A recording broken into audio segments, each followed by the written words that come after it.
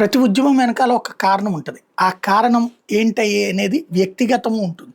ఇప్పుడు బ్రిటన్‌లో జరుగుతున్నటువంటి ఉద్యమాలు 1,50,000 మంది, 2,00,000 మంది పేట్రియాట్స్ ఉద్యమాలలో ఉపాధి అవకాశాలు కోల్పోవడం వన్ ఆఫ్ ద పాయింట్. ఎవరు వాళ్ళంటే చొరబాటుదారులు, శరణార్థులు. నిజంగా అంతుందా? ఇంతకుముందు లేరా వాళ్ళు?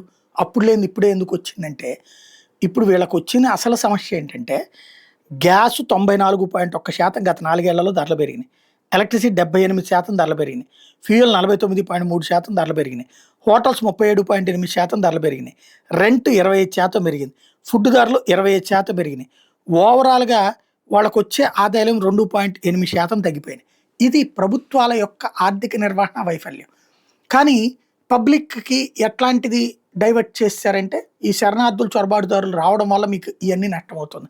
వాళ్ళు రావడం వల్ల ఒక రకంగా ఇంకా తగ్గిందేమో. ఎందుకంటే వాళ్ళు ఆ షాపుల్లోనూ, ఆ వ్యాపారాల్లోనూ పనిచేయడం వలన వాళ్ళకి తక్కువ జీతాలు ఇవ్వడం వల్ల ఆ వ్యాపారస్తులు వాళ్ళు బతుకుతున్నారేమో. అదే వాళ్ళు కూడా లేకపోతే ఈ ధరలు ఇంకెంత పెరిగేయేమో. ఆ రూట్‌లో ఆలోచిస్తే పాజిటివ్ అవుతుంది. అలా కాకుండా వాళ్ళ వల్లనే మా ఉద్యోగాలు పోతున్నాయి, లేకపోతే మా ధరలు పెరుగుతున్నాయి అనుకుంటే గనక మరో రూట్‌లో పోతుంది. ఆ మరో రూటే ఇప్పుడు సాగుతోంది.